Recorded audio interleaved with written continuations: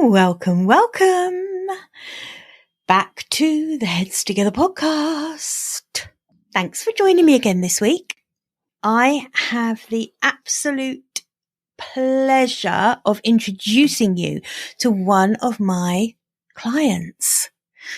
Her name is Tamsin Jardiniere. She is bloody awesome, and her story is captivating. You're just gonna love this, I promise you. Tamsin's gonna share her story with us. We're also gonna talk about what it really means to be authentic.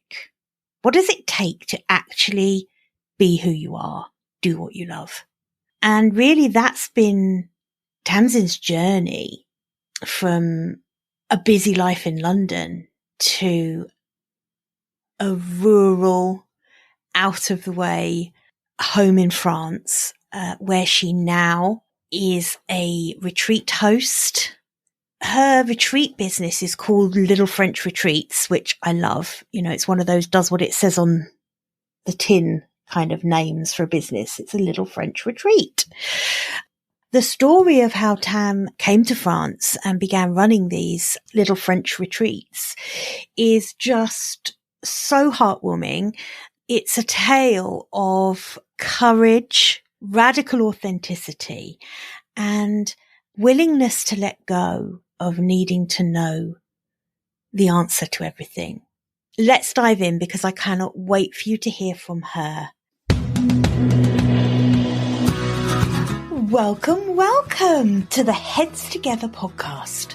I'm Jill Mokes and I am obsessed with cutting through the noise when it comes to growing your business. Each week via intimate coaching conversations and inspirational stories, I share what it really takes to get the results you want in a way that feels right to you. I am all about attracting higher ticket opportunities, building authentic relationships, and creating the abundant, full-fat version of your dream business. I mean, how many of us have beavered away creating a light version of what we really want? The thing is, I honestly believe when you're outstanding at what you do, there is no limit to what you can achieve. So, are you ready to put our heads together and make it happen? Let's go.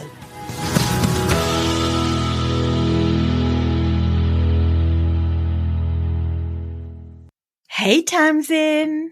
Hi, Jill.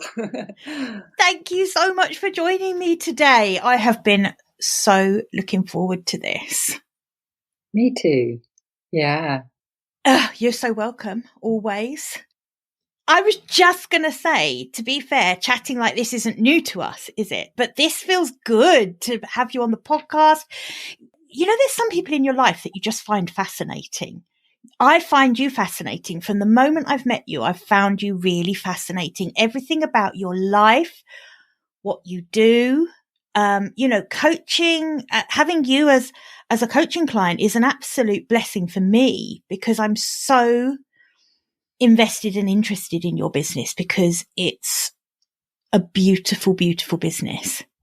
I suppose to start with, I would love it if you would just fill us in for everyone listening a little bit about what you do and the journey to that. Thank you. It's really kind words as well. We don't see ourselves as fascinating when we're inside our own heads often, do we? We're just kind of like taking each day at a time. And I think really that is the essence of what I do. What I do is just a reflection of myself. You know, it brings together all of my strengths and it doesn't really feel like I work, which makes me realize that I have created something that is really real. I started back in 2008. So my business, Little French Retreat, and my coaching side, Unfolding Conversations, really stemmed from when my mum died in 2008. And I'd been working in interiors, so I had a background in craft design. And that had led me through manufacturing and then into managing interior stores. And whilst I loved the environments that I worked in, and I loved the clients because I had an arts background, there was just something not there. And I think it was, I suppose, like many of us, sometimes you're not so in touch, you're not paying attention to the quality of what you're doing. And I was much younger, and I was thinking more about money and status and achieving material aspects that would make me happy. Because I lost my parents when I was young. My father had died when I was 20. And so when I was 33 and my mum died, it was a real wake-up moment of life is so short. I know I'm not 100% certain about what I'm doing. I haven't got time to waste. And that was that. So within 3 months of my mum passing away, I handed in my notice, and I said to my boss, I'm going to go away for 6 weeks. And he kind of rolled his eyes when I told him what I was going to do. It was a classic eat, pray, love moment where I just decided to take off on a whim. In fact, somebody gave me that book on taking off because I was going to India. So I decided I'm going to India. I was going to see my best pal who lived in Goa, and I would spend a couple of weeks in an ashram and then a couple of weeks floating around. And then I might come back to work. I thought I was going to sort my life out in 6 weeks. Just that little tiny thing of sorting your entire life out. Yeah. I know. How could that possibly take more than 6 weeks? Yeah, and I'd been on a trajectory that was so much led by commerce. So, I'd worked for quarterly budgets for a long time. So the thought of actually taking myself out of that structure was terrifying. And I knew I had it in me to do my own thing, but at that stage I didn't really know what that would be and how it would take shape.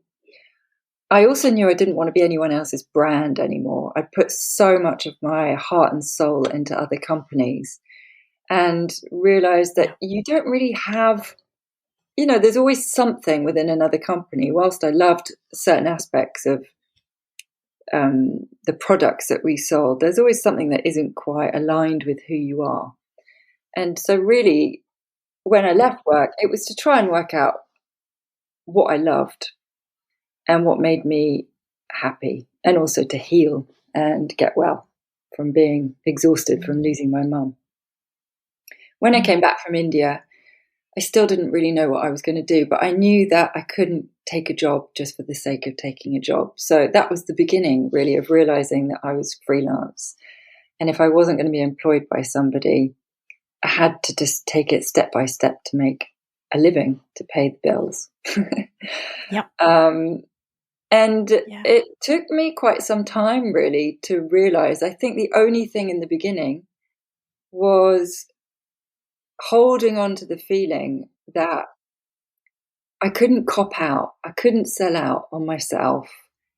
I knew it was like water and oil. If I took a job that didn't really make my heart sing, I'd be stepping backwards. And I felt like the hardest thing to do was leave the job. And so everything after that had to be about stepping forwards. God, I think that's so interesting because I had a really similar thing when I left corporate world, and I've shared my story lots of times, and I kind of started the wrong business for me. And at times I would have this thought of, I've swapped one job that I didn't love or feel aligned to, and I've now built my own, but I still don't feel aligned to it. But I also knew that I couldn't just go back and get a job, and I had to keep working on finding out what was right for me. And I think that's a key thing, is that once you've made that leap and committed to doing what you love rather than making someone else's dream come true in their business, I think you can't go back. The switch flicks, and it's hard then to ever go back. It's like you're on your mission then. Yeah, and it takes such humbleness as well, because we get so wrapped up sometimes in a trajectory that's about status and pay being aligned, and actually our soul so rarely comes into it. And I think that's what I was yearning. I needed to know that my soul was being spoken to in my work, and that's what would get me up in the morning, and that's what would make me feel joyful, and that's what would bring me my sense of self, rather than sell out and compromise the hours. I was always working. And when I wasn't working, I was exhausted, and I was not eating properly. There was no real time. My quality outside of work was always rushing around, taking calls on and off buses. And I just had got so disconnected from, and I remember those questions being the questions that were hard to answer. And people said to me, what's your purpose? Or what are you passionate about? And I would well up feeling really tearful, thinking, oh God, I started off life as wanting to be an artist, but following a creative path. It was creative in that I was managing creative businesses, but when you're a manager, you're often managing other people's aspirations. And that's what I kept seeing. I was like, I'm not managing my own creative aspirations. I'm managing everybody else's. I want to manage my own. And that was the driving force. Like, I've got to answer for myself, what am I passionate about? What's my purpose? And my purpose, I knew deep down, was not to manage interior design shops. Otherwise, I wouldn't have been questioning it in the first place. And if it had been my purpose, so be it. I wouldn't have left my work. So I only left because there were all these unanswered questions. So when you finally did kind of make that move and you went off to India, how did it actually pan out?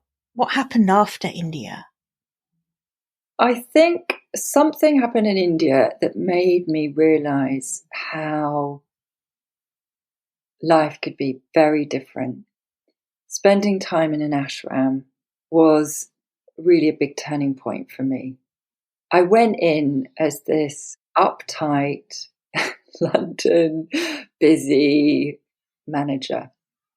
I think you're being quite humble about your time in London. I mean, you had quite a prominent position, didn't you, in interior design? And, you were dealing with some pretty high profile clients, and it was a massive change for you. Yeah, I worked for a lovely company. I always think it was a really nice place to end my career on, because I'd got to the highest point I could have worked at in a very high-end luxury environment where clients were exclusive, private. We didn't have many customers per day. So it was a fascinating way to work in sales, because it was very much a concierge to clients who would come in. They were international clients, so we would be their guide. So it was more than selling interior design. It was, and that's what I loved about it, actually. We would get to know our clients. We would know their family. We would know that their birthdays. They'd drop us a mail and say, we're coming into London. We'd be able to recommend things that we knew that they would enjoy. So it was a very lovely environment, because we had the time to invest in people. And that's something, that's one of the reasons I was there. It wasn't a random job. I'm grateful I got picked for it, but it ticked many boxes because of that.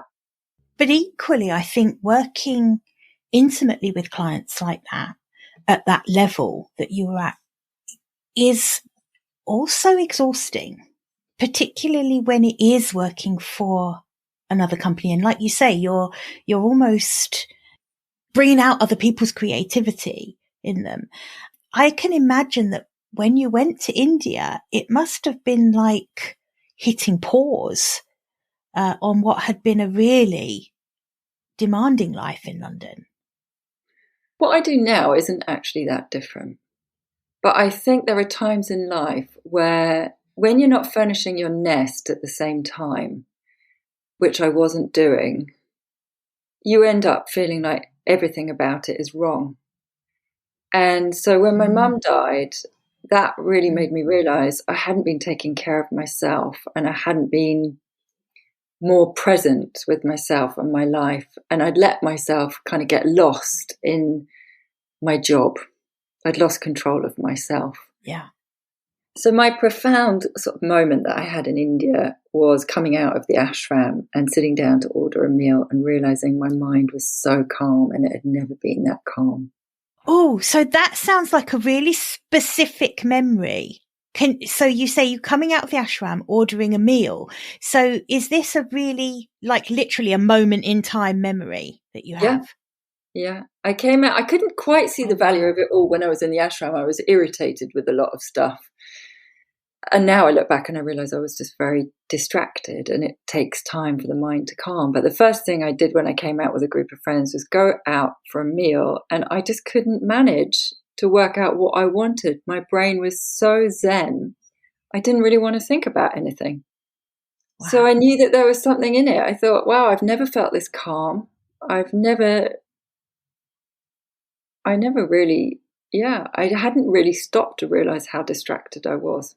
So that was a kind of holding moment that kind of anchored me into the experience and made me realize I don't want this to be an experience and a phase or a fad that gets forgotten about. And then I go back home and I start again, and I go up the wrong path for me again. And then I get exhausted, and then I take some time out. So I knew that this was a defining moment that would set me on the next path, and I didn't know what that was. So it actually took me 5 years from leaving my job in India to moving to France. And in between that time, those 5 years, I just used my skills to take part-time work and to set up my own interior business with a different slant, that it was much more of a kind of counseling approach to not choosing a scheme that you didn't identify with, but putting your heart and soul into your home. I didn't really realize at the time that what I did then was basically the groundwork for what I do now. That was 20 years ago, or 15 years ago that was. And at that point, interiors hadn't kind of had that added soul into it. It was, or at least I felt that I couldn't reach the clients. Yeah, I can understand what you mean there. I think it's one of those things where, were you to want to do that again today, I could imagine that looking very different for you and being incredibly well received at the moment. But you're almost a bit ahead of your time probably with that project. Maybe, yeah. I think it was a bit ahead of my time. And I also sort of shot myself in the foot because what I was trying to do was to help people to be themselves, to make authentic decisions about what they wanted to put in their home. Because I felt often what you would see in magazines was just a commercial scheme. And if you didn't really know yourself before you got involved with interiors, you'd end up not being who you are and not being aligned to your life story. So really with that meant I hadn't quite worked out what the service was, because it wasn't about buying stuff. It was about being and connecting with the things that you already had. So it was not a waste of time. I learned so much about myself. I discovered what I felt was really important, and I let go of, and that's a piece of advice a friend said to me at the beginning. I was quite upset about it not really getting off the ground and finding it really difficult to work out how I could reach people. And he just said to me, a friend of mine who had his own building company, he said, best advice I can give you, Tam, is that sometimes you've just got to let go. You can put a chunk of money into something and you can invest in it, and it might not go anywhere, but you just got to cut your losses rather than keep polishing it. I think that's absolutely right. Yeah. Permission to let go, and also permission to see it differently, permission to see that the outcome that you're expecting or hoping for didn't happen, but potentially that the outcome you got was the right outcome because it led to the next step. Yeah. And the next step after that was realizing I was much more interested in the soul, and my own journey of practicing yoga than I was in anything else. And so suddenly I just thought, I don't really want to do anything else right now. And I quit everything and went off to India and took my yoga teacher training. And I was slightly apprehensive about what that was, almost like the next defining big moment. The first was to leave my job, and then 5 years later, quit everything again and went to India and went on an intensive yoga teacher training in the Himalayas. And that was then the next defining moment where I made my mind up in India that I would go to France. I was really craving silence and curious as to what a long period of silence would do. Inspired really by my teacher, who she'd been a swami or a monk for 10 years. And she said that after 10 years, she still got really annoyed with people. She didn't know how to stop getting cross until her teacher said, well, meditation. So she took herself off for 6 months of silent meditation to this very famous cave at the source of the Ganga River. From that point onwards, she said she'd lost her anger. And I thought, well, if she can go and sit in a cave for 6 months in silence, then I can go to France in the middle of nowhere, where my mum had bought her a house for her retirement, and it had been empty. So I thought, well, I just really want to be in silence, so I'll go there and I'll see what happens. And I came back from India, packed everything up, sold my car, bought another car that would be big enough to take my stuff, and took off. And that was that. Did you move directly to the beautiful home that you have now in France? Yeah, I did, but I moved in part. So I sort of came, had my flat in Brighton, so I rented that out. So I didn't do a big move to start off with. I came with a backpack, my plants. Your backpack and your plants. I've just got this brilliant vision of you, turning up with plants under each arm. Yeah, I needed to make my home feel like a home. And so I slowly kind of, I mean, God, when I look back now, I can't believe I did it, Jill. I first had arrived in 2012, and that year was kind of magical because I only spent 10 weeks here. And after the 10 weeks I had at the house, it was really to see if I could do it. So my mum had left the house to my sister and I. She didn't want the house because she had a young family, and I didn't want to sell it because I thought, well, I would never buy a house in France. This house was the beginning of the next phase of my mum's life. She had this vision of filling it with family and creating this beautiful garden. And she just bought it, and quite soon after she passed away. And so she'd done the structural stuff, but not so much anything else. And so I felt really connected to wanting to keep the house, to keep her memory alive. It's the one place where I felt really close to her. So that was another reason to be there. And the first 10 weeks that I'd spent here in 2012 were just to know if I could actually live somewhere this quiet. And I kept driving around, and, like rural France, there's never anyone on the road. There's no one ever anywhere. The shutters are all shut. And I kept thinking, oh my God, I lived in Brighton before. Can I do this? Yeah, that's quite a difference, isn't it? Bustling Brighton. Yeah, right? It's not completely isolated. Like, I've got neighbours around me, but there isn't a shop for.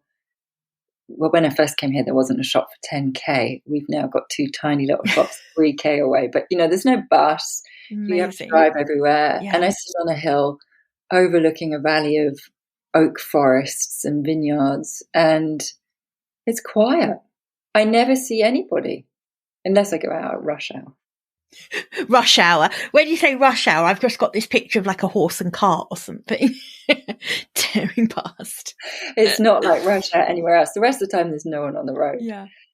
So the first 10 weeks were really to see if I could do it. And then I spent another 3 months in an ashram. And it wasn't until the following year, 2013, Because when I went back to England in the winter of or early 2013, my sister was really keen to sell the house, and so that was the moment where we said, okay, let's do it. Let's enable ourselves to have the lives that we want to do. And I didn't feel ready in the slightest. I felt really terrified that it was huge for me. I was leaving my friends and my family. I didn't speak French. I was going on my own. I'd lived in a flat all my life. I've always loved living on one level. And suddenly I had this big house. It's 200 so square meters, an acre of land. I turned up with my car, my backpack, my plants. And I remember after 1 week having a bit of a panic attack and thinking, shit, what have I done? What have I done? Yeah, because this is just massive. I can't even imagine. Just one small life change is often really tough to navigate. So putting into perspective, these kind of 5 years that we're talking about here, in which you've been working in London, living in a flat in Brighton, having this really kind of girl about town lifestyle, really, to change that, to take off to India, and then to make this decision to live in completely rural France. It must have ignited so much introspection around who you are and what you really wanted from the rest of your life. It did. I wanted it. I think I was not prepared for what it actually was in the slightest. But I felt like I had enough. I felt I had enough gumption. I felt I had enough knowledge of my practice to be able to hold me. And when I say my practice, meditation and yoga. And I think the times, it was not easy by any means. I think it was too late. Once I'd realized what I'd done, it was too late to turn back. And I also didn't want to turn back. I knew that I just had to take the rough with the smooth if I wanted to change my life. Where did the courage come from, though, to actually do it? Where did the courage come from to make the decision? Because it's the decision, making the decision, that's actually the hard bit, isn't it? This didn't come, though, with the head. Often people say to me, how did you do it? I'd really love to do something similar. For the first time in my life, this was not an idea. And I think sometimes when we're trying to work out what it is we want to do in our lives, we're searching for ideas. Oh, that sounds good. That will make me money. And this wasn't an idea at all. This was just following one foot after the next and seeing where it led me. I never anticipated that I'd move to France at all. I just had this desire that I wanted to be in silence, and the house was here. So I wouldn't have bought a house in France, but it was here, and I wanted to be close to my mum. And I wanted to just appreciate a different life. And also I think at that age everyone else around me was having babies or leading successful lives. Whilst my friends may have been reaching the same sort of questions, they were answering those questions by starting a family. And I wasn't in a relationship. And so the questions came to me, I suppose, at the same time, but in a way that they weren't answerable by what was around me. And so I remember sitting in my flat and just thinking, well, what are you going to do about this? Are you going to sit here and feel lonely and miserable? Or are you going to pack your stuff up and go on an adventure? Because you might as well go on an adventure. There's nothing else to lose. And that was the really what led me. And what an adventure, because you moved to France and have curated the most amazing life and business.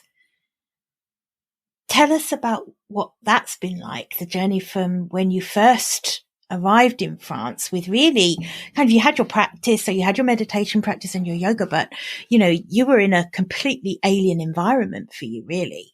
kind of, how did you sculpt that into the life and business you have now? Very slowly. And when I look back, it was very naive, and everything was always just with what I knew I could do at that time. I didn't give myself any pressure. I kept saying to myself, I have got everything I've got and nothing more, and I can only move at the pace that I can move at.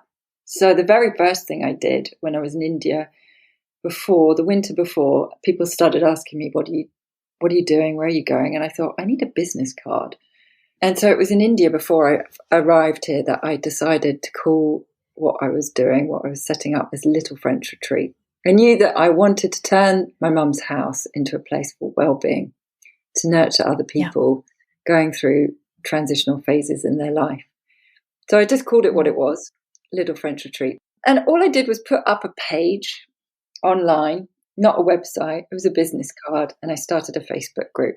And I had some friends who were teachers. And so I arrived in June, and I decided that I would do a test pilot run in the September and run a retreat. And it was a low price retreat. And I put posters in bakeries in East London, and I put stuff up on Facebook, and I invited everyone I knew. And I had six people and a teacher. And that was the realization that what I felt in my heart I could do, I really could do. The second year, very validating. It was validating, yeah, and it brought life to the house in a new way. The second year was very different, because I think when we're doing things on our own, we don't know all the things about what's going to come along. We have an idea, but often none of that comes true. To your point earlier on, that something you said earlier about, for the first time, really, the decision around going to France it wasn't an idea that you carefully plotted to bring to life, was it? It was about putting one small step in front of the other. So I think you're absolutely right. Often the things where we have the idea first and then try and work back from that often don't pan out the way we originally planned them. No, and I think it is a juggling act.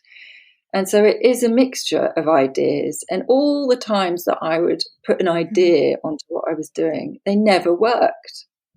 So it was almost like I took my old self into my new world and kept on trying to bang on that, I don't know how else to be.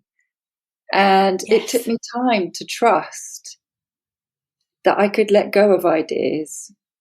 And if I was quiet enough and I listened enough, then I would really invite what was waiting for me to come into my life. And that just takes time and confidence in yourself, knowing that you've got what you need to do for it to be realized. And so it took me a bit of time here to bark up the wrong tree. I mean, from the outside, it might not have looked like I was barking up the wrong tree, but I was just trying different things and seeing what would work. In the beginning, I wanted other people to run retreats and I would host. And then I realized that my story was why I was here. And that's really what people were interested in. And it's come slowly, as you know, from us working together. Absolutely. Yeah. Yeah, I've been running Little French Retreat for 9 years before I started working with you and you supporting me on the next vision of what I'm doing. And only now do I realize that I'm actually really talking about my story. I wasn't talking about it before in the same way. That's right. That's right. One thing about you that I find amazing to work with, it's amazingly fulfilling to watch you making decisions for your business, because I coach with you, but at the end of the day, you're the person that makes the decisions and is growing this beautiful, beautiful heart-led business. And one thing that I really admire so much is the level of self-trust that you've developed. you spoke to that so beautifully just now when you said, that you had to, from the outside, maybe it looked like everything was very smooth, but actually there were lots of pivots and turns and I'll try this and I'll do that. But all of the time, I believe you trusted yourself to know when you hit on the right thing. And that feels like quite a pattern for you with your life and with this journey of paths that led in a winding way to get you to where you are now. I do think that there's always been something inside you that has trusted that you would get to where you were supposed to be. Does that sound fair? It does. And I think when you're trying to find what you really believe is worth your time and energy, there are long periods where it looks like you haven't got your shit together. I think the hardest part is not to trust myself, but is to let go of other people's opinions about how I may look to be woo-woo or unorganized or floating around or not serious. Because so often we're conditioned to be productive, and that productivity has to take a recognized framework. And for me, it's very much like the path of being an artist. The sitting back is as important as the being in. And sometimes when you sit back, you kind of have to watch the world around you and completely let go of it, because you can't please everyone. You can only please yourself. And that takes time. And it takes reflection. And that's something I've learned to become more confident and comfortable with, because I would do it in the early stages, but I would do it with a sense of nervousness, or there would be a lot more doubt around. It would almost be like, I don't know when money's coming in. I'm just going to have to sit tight and just believe that it's all going to work out. And I think halfway through the journey, I remember reading a book or watching something that was very much about keeping your vision in sight and letting go of the details. I'd stressed a lot about all the details and it hadn't got me anywhere. And this was really another moment where I thought, just keep your focus on your vision, because the rest of it will come. And I let go of being stressed about the bills from that point onwards, and then just focused on the quality of what I wanted to feel like and how I wanted to realize that within the vision of what I was doing. Thinking about the level of experience that you give to the people who come on retreat with you now, I almost feel like that has been a rite of passage to get to a place where you can provide that level of experience. So your own path of letting go of the need to have all the answers, I think probably has paved the way for the kind of experience that people have when they come to you now, which is utterly transformational. Yeah, things take time, don't they? We always want to rush things. Always want to rush things. We always want to know what the outcome's going to be. We want the crystal ball. And sometimes we need those reminders to be right now, to be present, to experience, rather than future tripping into the guarantees of what's going to happen in the future. Yeah, we can't suddenly go from one place in our lives to the next without a period of transformation along the way as the process. And I think when I came here, I was 38. I'm now 48. That's a decade has gone past, and I'm a different person. And what I'm doing now is not what I was doing at the beginning. In the beginning, when I first came here, it was very much about teaching yoga and discovering food, yogic food. But my own journey has led me to realize the path of Ayurveda and how that helps people individually, not just in their diet and their well-being, but also in their relationships and how they choose work that suits them. And that yoga is a practice that takes time. And so I've added things in that enable people to hold themselves in the here and now and to encourage them to bring in that sense of practice. And it's only the other day, actually, I was thinking about this, because at college, at university, I studied ceramics, and I kept my studio until I was 27. And I wanted at that point to buy a flat. I couldn't hold my studio and hold down a full-time job. And I remember sort of having to close the studio up. I felt so upset, and I've kept all the tools, and I thought one day I'm going to go back to it. Well, I started pottery again a month ago. And the first session was a bit wonky. And the second session, it came back. And it didn't come back like I thought it would come back. I realized that the period of 20 years between had brought me a sense of attention and awareness that was much more involved in the experience than it was in making a finished piece.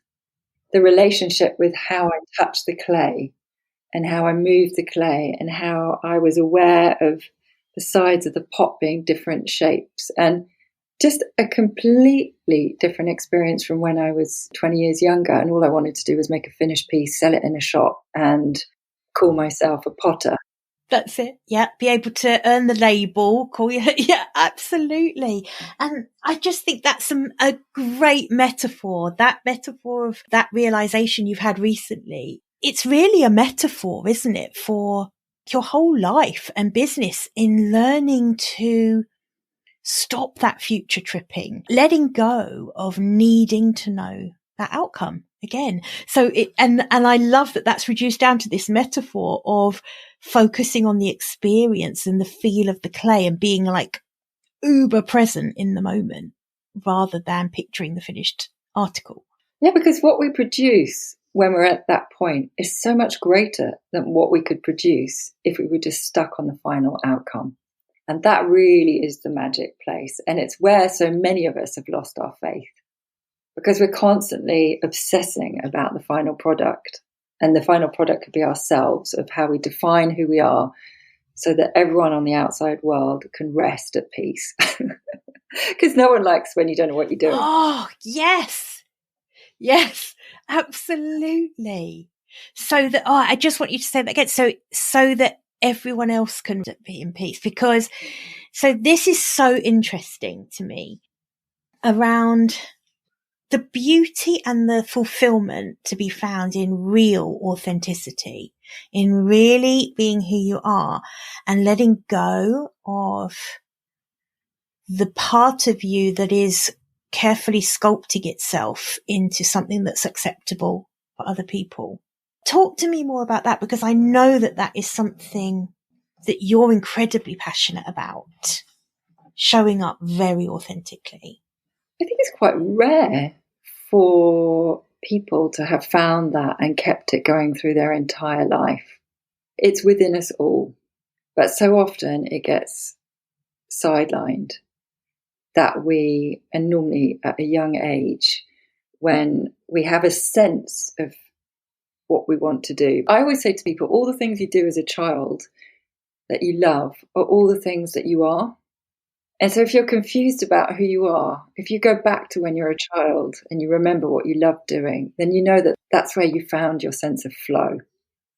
But somewhere along the line, somebody said, well, you can't make a living out of that, or that's not honorable, or that's not worthy, or, and so it's that crushing blow that all you were able to do was make people laugh.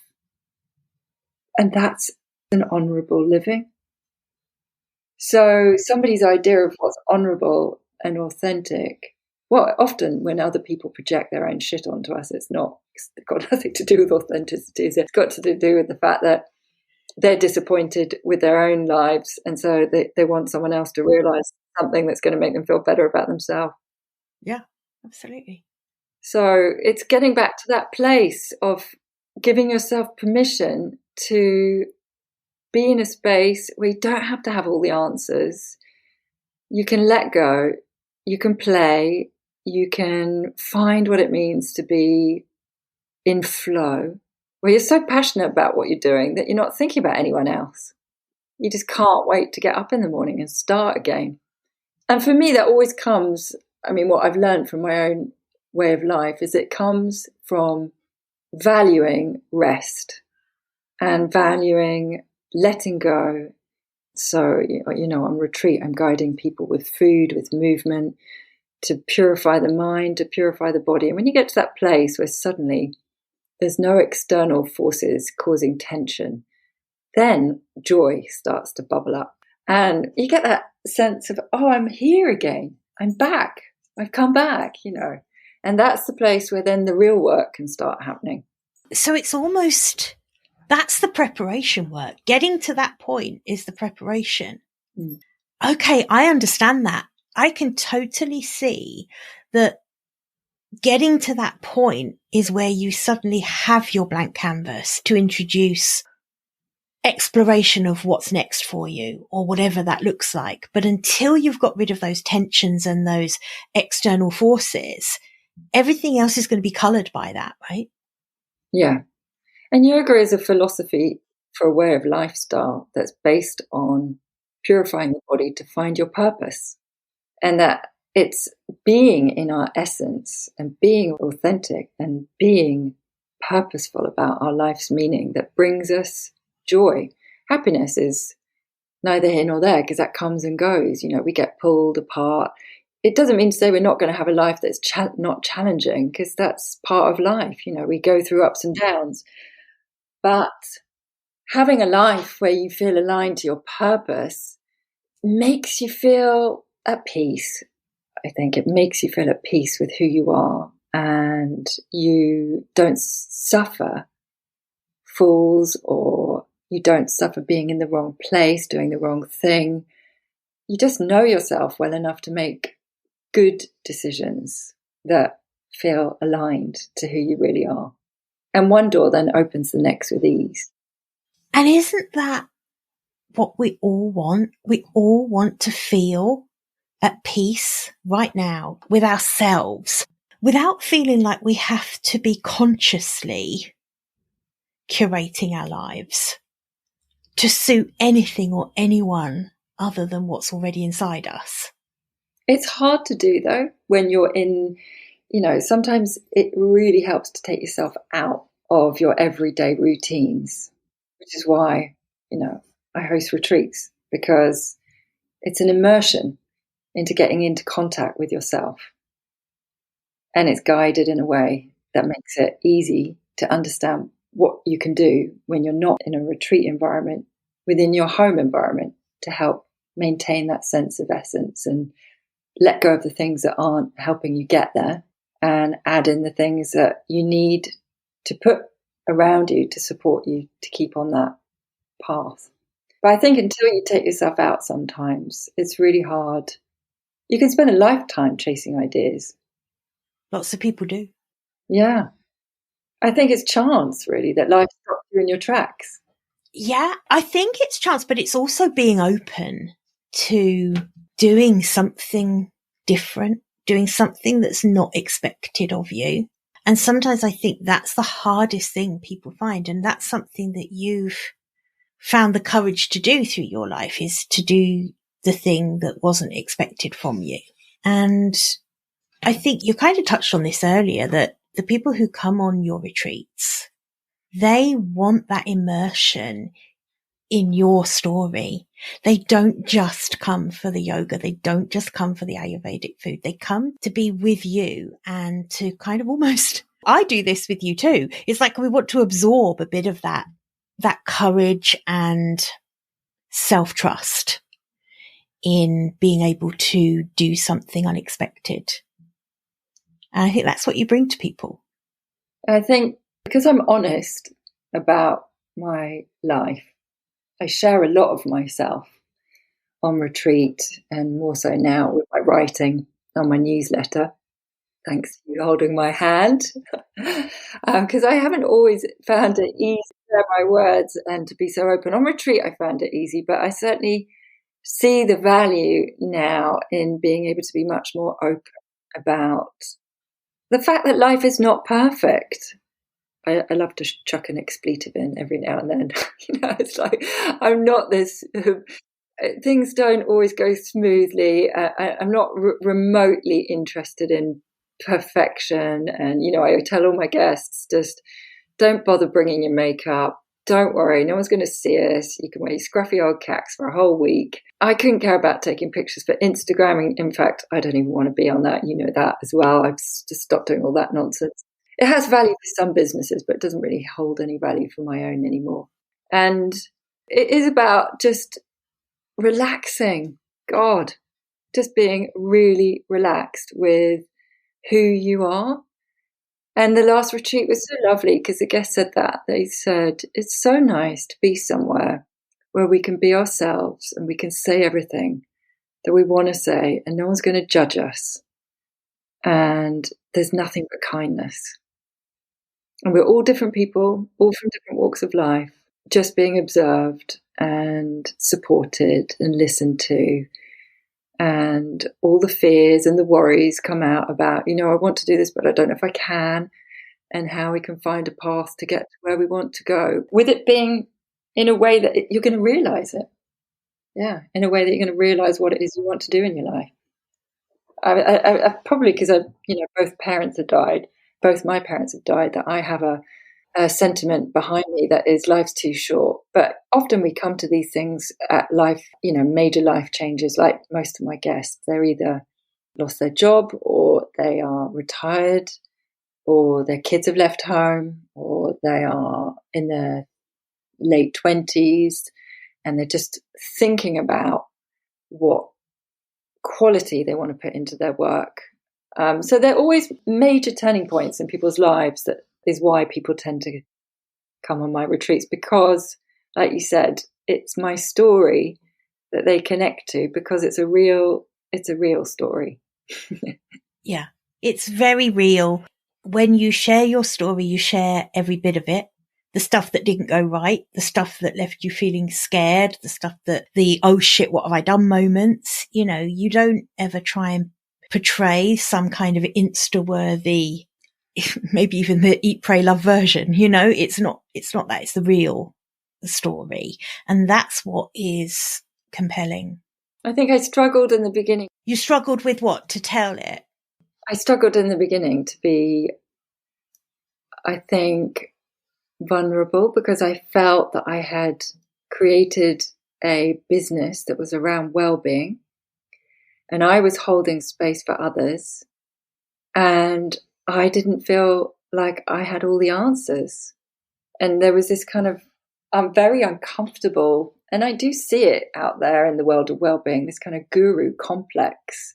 And I didn't feel I could own it, be that, or have the audacity to kind of project it onto others. And I remember sitting with my teacher, who's a monk. We were on plastic chairs in the ashram, and he turned around to me and said, how's it all going? Well, actually, finding it a bit difficult, Swamiji. I haven't got community around me. I haven't got anyone to phone up and ask how I'm doing it. And I sometimes just feel like I'm not really a real teacher. And he said to me, well, I haven't got an ashram that I phone up, and I've been doing this 25 years. And it took me 12 years to get comfortable with being a Swami. And he said, you just got to be you, because that's why people come to do yoga with you, because you're a real person, and that's what yoga is. I was so grateful for his permission, for his honesty to share that. So if you had to summarize being authentic, what really being authentic is to you, what it means for you, as we bring this episode, which I've just enjoyed this conversation with you so much, like I always do with all our conversations, but particularly this, because I know we're going to get to share this with other people. How would you sum up what it really does mean to be authentic and why it's important? Well, we've only got one shot at life, and you might as well do what you really love than waste your time doing something that's second best. I think that's the absolute crux of everything, because you're going to fail whether you do the best, or you're going to fail at times when you do something that you don't really love. So you might as well just follow what makes you feel alive.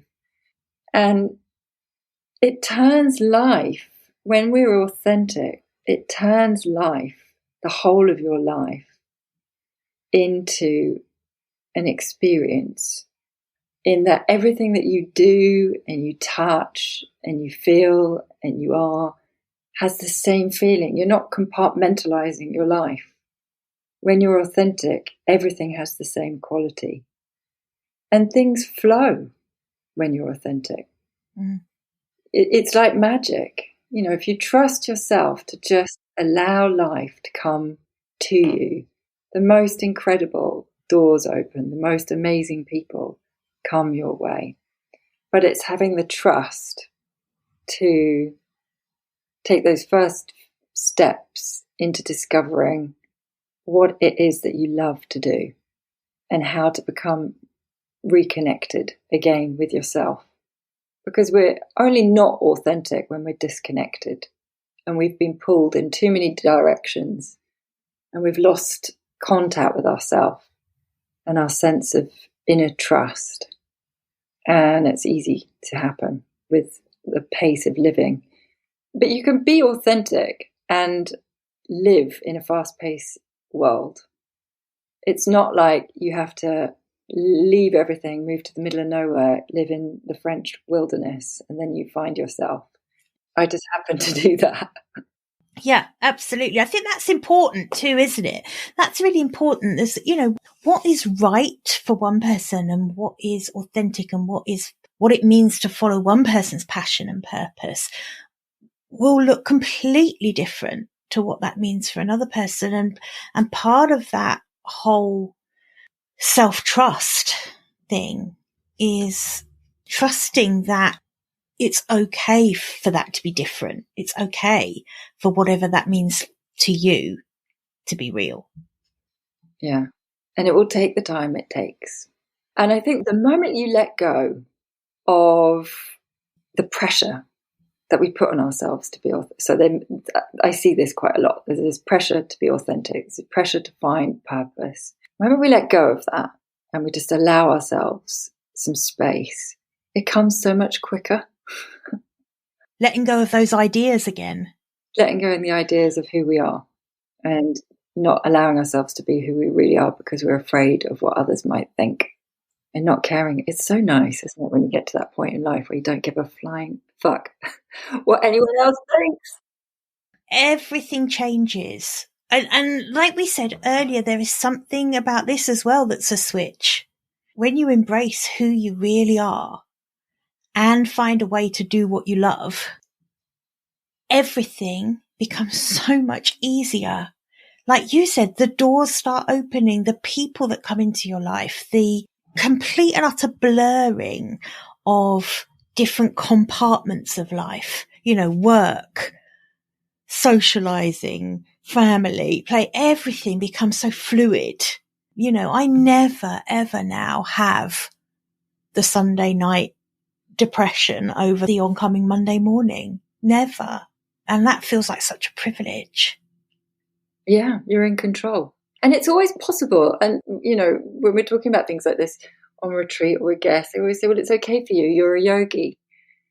Or it's okay for you because it's like loads of excuses come out because we're so entangled in our web of life that we can't see how we can unravel it a little bit. But there's always a new beginning. Yeah, absolutely. And next time someone says that to you, it's okay for you, you're a yogi, just remind them that, well, you should speak to Jill, my coach. She can't even do a downward dog. So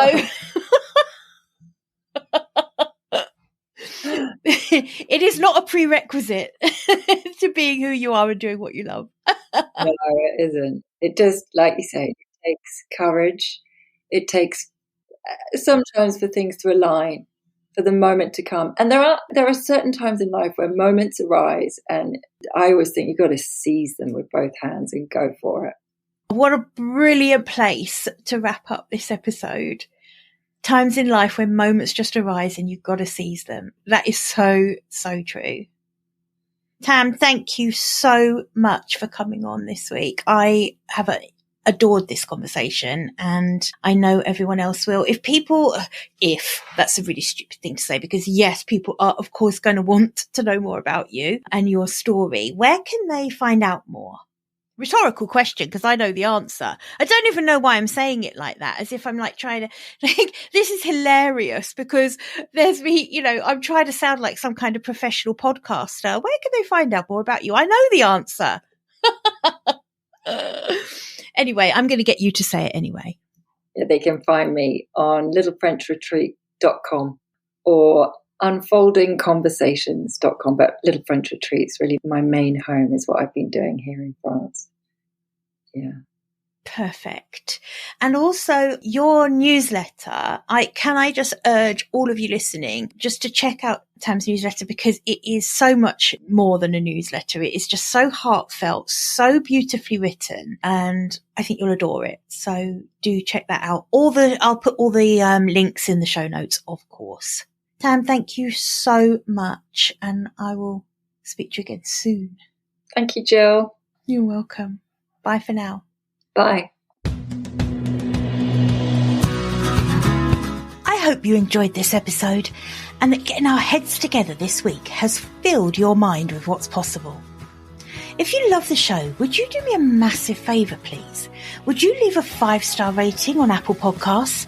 It would really help me put more heads together, reach more ears and expand more minds. Until next week, bye for now.